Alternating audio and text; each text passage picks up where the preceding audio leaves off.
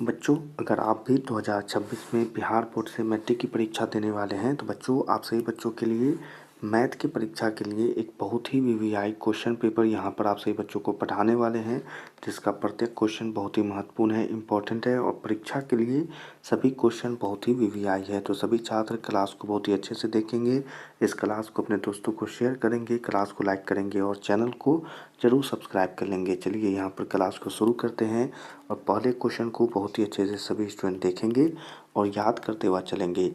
पहला क्वेश्चन यहाँ पर बोला जा रहा है कि दो गोलों के आयतनों का अनुपात 64:125 है, तो उनके पृष्ठीय क्षेत्रफल का अनुपात क्या होगा। तो बहुत ही अच्छा क्वेश्चन और इस प्रश्न के लिए आंसर याद रखना है कि 16:25 होगा। ठीक है, चलिए अगला क्वेश्चन है कि दो बेलनों की त्रिज्याओं का अनुपात 4:5 है एवं उनकी ऊंचाइयों का अनुपात 6:7 हो, तो उनकी आयतनों का अनुपात क्या होगा। तो इस प्रश्न के लिए आपको आंसर याद रखना है 96:175 इसका आंसर हो जाएगा। अगले क्वेश्चन को देखेंगे, आर त्रिज्या वाले अर्धगोले का संपूर्ण पृष्ठ क्या है। तो संपूर्ण पृष्ठ जो है बच्चों वो है 3πr²। ठीक है, 3πr²। अगले क्वेश्चन को यहाँ पर देखेंगे, यदि किसी शंकु के वर्ग पृष्ठ का क्षेत्रफल 880 सेंटीमीटर है और त्रिज्या 14 सेंटीमीटर है, तो उसकी तिर्यक ऊंचाई क्या होगी।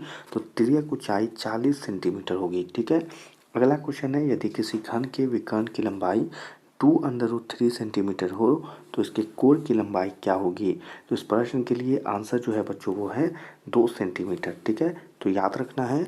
चलिए अगले क्वेश्चन को यहाँ पर देखेंगे, किसी घन का किनारा दुगना हो जाने पर कुल पृष्ठीय क्षेत्रफल पहले के कुल पृष्ठीय क्षेत्रफल का कितना गुना हो जाएगा।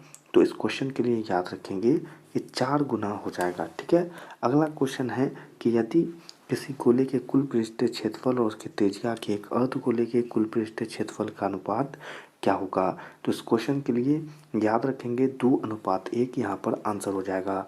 अगले क्वेश्चन को यहाँ पर देखेंगे, प्रश्न बोला जा रहा है जो कि बहुत ही इंपॉर्टेंट है कि यदि किसी अर्धगोले के वक्र पृष्ठीय क्षेत्रफल 1232 सेंटीमीटर है तो उसकी त्रिज्या क्या होगी। तो उसकी त्रिज्या जो है 14 सेंटीमीटर होगी, आप यहाँ पर याद रख लेंगे। अगला क्वेश्चन है कि यदि cos theta plus cos square theta बराबर 1 हो तो sin square theta plus sin की पावर 4 थीटा का मान क्या होगा। तो इसका जो आंसर है वो होगा कि 1 हो जाएगा। अगला क्वेश्चन है कि 1 + tan स्क्वायर ए बट्टा 1 + cot स्क्वायर ए बराबर क्या होगा। तो tan स्क्वायर ए होगा, आपको यहाँ पर याद रख लेंगे। अगला क्वेश्चन है यहाँ पर कि किसी बाह्य बिंदु P से वृत्त पर PA एवं PA दो स्पर्श रेखाएं खींची गई है, तो यदि PA बराबर 8 सेंटीमीटर हो तो PB बराबर क्या होगा।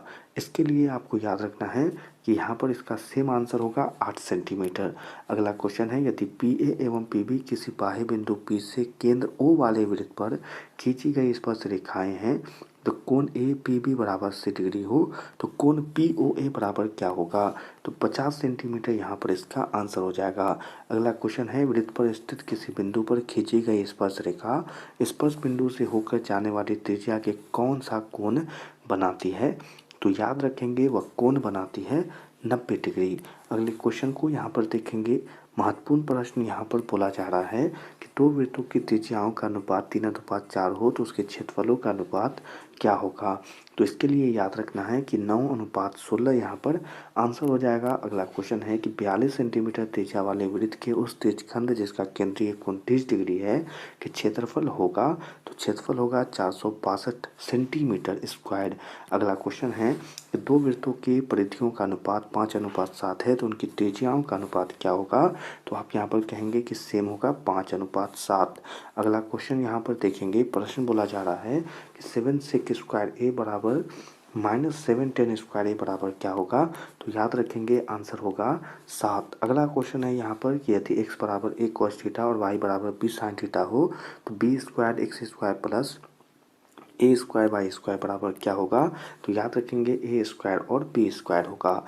अगला क्वेश्चन है कि एक मीनार के शीर्ष का उन्नयन कोण उसके पाद से 10 मीटर की दूरी पर हो 7 डिग्री हो तो मीनार की ऊंचाई क्या होगी। इस क्वेश्चन के लिए याद रखेंगे कि 10√3 मीटर यहाँ पर इसका आंसर हो जाएगा। अगला क्वेश्चन है कि एक पतंग पृथ्वी से 30 मीटर की ऊंचाई पर है, उसकी डोर पृथ्वी से 60 डिग्री का कोण बनाती है, तो डोर की लंबाई क्या होगी। इस क्वेश्चन के लिए याद रखेंगे कि 20√3 मीटर यहाँ पर इसका आंसर होगा। अगले क्वेश्चन को यहाँ पर देखेंगे तो महत्वपूर्ण प्रश्न बोला जा रहा है कि निम्नलिखित में किस द्विघात बहुपद के शून्य 3 एवं -10 होंगे। तो आप यहाँ पर देखेंगे कि x स्क्वायर प्लस 7x -3 यहाँ पर इसका आंसर होगा। अगला क्वेश्चन है यदि किसी द्विघात बहुपद के शून्यकों का योगफल 3 एवं उसके गुणनफल -2 हो तो वह द्विघात बहुपद कौन होंगे। तो यहाँ पर आपको देखने को मिलेगा x स्क्वायर -3x -2 यहाँ पर आंसर होगा। अगला क्वेश्चन है यदि p ऑफ x बराबर x की power 4 -2x³ plus 7x square -4x plus 30 को q ऑफ x बराबर x प्लस 2 से भाग दिया जाता है तो भागफल का घात क्या होगा। आंसर होगा कि 3 हो जाएगा। अगले क्वेश्चन को यहाँ पर सबके देखेंगे बच्चों। तो अगला क्वेश्चन यहाँ पर देखने को मिलेगा सभी स्टूडेंट को, जो कि बहुत ही महत्वपूर्ण है और इम्पोर्टेंट भी है। ठीक है, तो यहाँ पर प्रश्न बोला जा रहा है जो कि ये वाला है। ठीक है, प्रश्न है यहाँ पर जो कि इम्पोर्टेंट है बच्चों। प्रश्न है कि x प्लस 2y प्लस 3 बराबर 0, 3x प्लस 6y प्लस 9 बराबर 0 के कितने हल होंगे। तो आंसर इसके लिए जो होगा बच्चों वो हो जाएगा कि अनगिनत हल होंगे। अगला क्वेश्चन है दो रैखिक समीकरणों के लेखक चित्र यदि समांतर हो तो हलों की संख्या क्या होगी। हलों की संख्या इनमें से कोई नहीं, यहाँ पर आंसर हो जाएगा। अगला क्वेश्चन है रैखिक समीकरण युग्म 5x - 4y प्लस 8 बराबर 0 एवं 7x प्लस 6y - 9 बराबर 0 क्या है। तो यहाँ पर इसके लिए जो है संगत यहाँ पर आंसर हो जाएगा। अगले क्वेश्चन को यहाँ पर देखेंगे। प्रश्न है कि यदि द्विघात समीकरण 3x स्क्वायर - 5x प्लस 2 बराबर 0 के मूल अल्फा और बीटा हो तो alpha square plus beta square का मान क्या होगा। आंसर होगा कि 13/9 यहाँ पर इसका आंसर हो जाएगा। अगला क्वेश्चन है यदि द्विघात समीकरण 2x स्क्वायर - 7x - p बराबर 0 का एक मूल 2 हो तो p का मान क्या होगा। तो इसके लिए आंसर याद रखना है कि -6 यहाँ पर इसका आंसर हो जाएगा। ओके स्टूडेंट, इसी प्रश्नों के साथ आज की क्लास के ये सभी क्वेश्चन यहीं पर समाप्त होते हैं। इसके और भी क्वेश्चन आपको अगली क्लास में पढ़ाए जाएंगे, तो सभी छात्र क्लास बहुत ही अच्छे से पढ़ते रहेंगे। ठीक है, क्लास को यहीं पर समाप्त करते हैं।